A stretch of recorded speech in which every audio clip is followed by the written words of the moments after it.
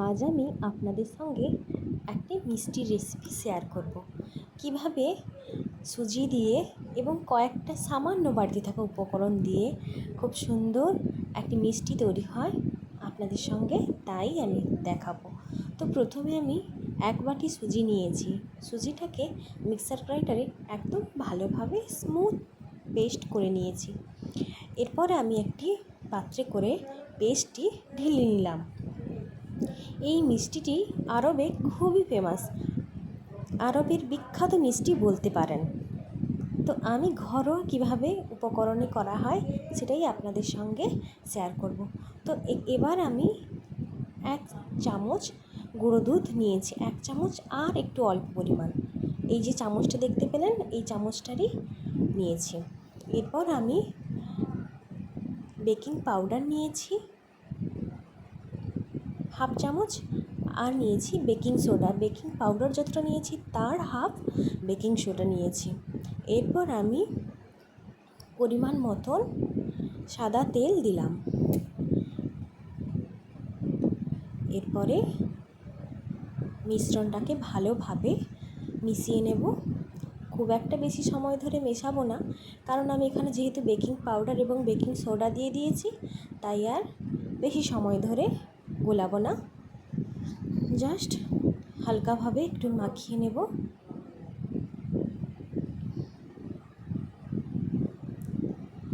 মাখানো হয়ে গেলে আমি 5 মিনিট রেস্টে রেখে দিয়েছিলাম। এরপর আবার একটা পাত্র নিয়ে তাতে প্রথমে সাদা তেল দিয়ে আপনারা চাইলে বাটার দিতে পারেন কিংবা বাটার পেপার দিতে পারেন, তবে আমি এখানে এইভাবে তেল দিয়ে দিলাম মিশ্রণটি। আমার এই চ্যানেলে আপনারা যারা নতুন আছেন এখনও চ্যানেলটিকে সাবস্ক্রাইব করেননি, বন্ধুদের কাছে একটা ছোট্ট রিকোয়েস্ট, চ্যানেলটিকে সাবস্ক্রাইব করে পাশে থাকা বেল বাটনটি অল করে দেবেন। রেসিপিটি কেমন লাগলো কমেন্ট করে জানাতে ভুলবেন না যেন। এইভাবে যদি মিষ্টি তৈরি করা হয় তাহলে খেতে খুব ভালো লাগবে, কিন্তু ঘরে থাকা কিছু অল্প উপকরণ এবং চটজলদি হয়ে যাবে এই রকমের মিষ্টি। তো দেখতে থাকুন আমি কিভাবে মিষ্টিটি তৈরি করি। পাত্রে ঢেলে নেওয়ার পর আমি এইভাবে ঝাঁকিয়ে দিলাম যাতে মিশ্রণটি খুব সমানভাবে বসে যায়। এরপর আমি একটা কড়াই নেব। কড়াইতে প্রথমে একটি স্ট্যান্ড দিলাম, তারপর ওই পাত্রটি দিয়ে দিলাম, এর উপরে দিয়ে দিলাম একটা ঢাকনা। ব্যাস ঢাকনা দেওয়ার পর গ্যাসের ফ্লেম মিডিয়াম করে আধ ঘন্টা রেখে দেব। ওদিকে হতে থাক, এদিকে আমি একটি চিনির শিরা তৈরি করব। তার জন্য 1 বাটি চিনি নিয়েছি এবং জল নিলাম, দিয়ে চিনির শিরা রেডি করব। ওদিকে দেখছি যে হয়েছে কিনা মিষ্টিটি। তো আমি একটি ছুরির সাহায্যে দেখে নিলাম যে ছুরিতে আর লাগছে না, তার মানে একদম পারফেক্টভাবে হয়ে গেছে। এরপর আমি নামিয়ে ঠান্ডা করে নেব। এখানে আমার ঠান্ডা হয়ে গেছে। এখন আমি মিষ্টিটিকে পিস পিস করে কেটে নেব। তো যেভাবে যেরকমভাবে সাইজ করবেন সেভাবে কেটে নেবেন। আমি এভাবে চৌকো চৌকো করে কেটে নিচ্ছি। ওদিকে আমার চিনির শিরা কমপ্লিট। চাইলে অবশ্যই চিনির বদলে গুড়ের রসও দিতে পারেন, খেতে কিন্তু খুব ভালো লাগবে গুড় দিলে। একদম অল্প সময়ে হয়ে যাবে, হাতে মাত্র ওই আধ ঘন্টা থেকে 40 মিনিট থাকলেই এই মিষ্টি একদম পারফেক্টভাবে রেডি হয়ে যাবে।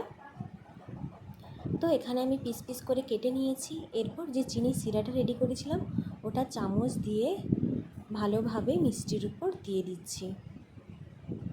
চিনির শিরাটা একদম গাঢ় গাঢ় করতে হবে এবং মিষ্টির উপর দিয়ে কিছু সময় রেখে দিতে হবে যাতে ভালোভাবে অ্যাবজর্ব করে নেয় চিনির শিরা। চাইলে আপনারা ফ্রিজে রেখে দিতে পারেন কিছু সময়ের জন্য, এবং যদি তাড়াতাড়ি খেতে চান তাহলে ফ্রিজে না রেখেও খেতে পারবেন, খুবই ভালো লাগবে।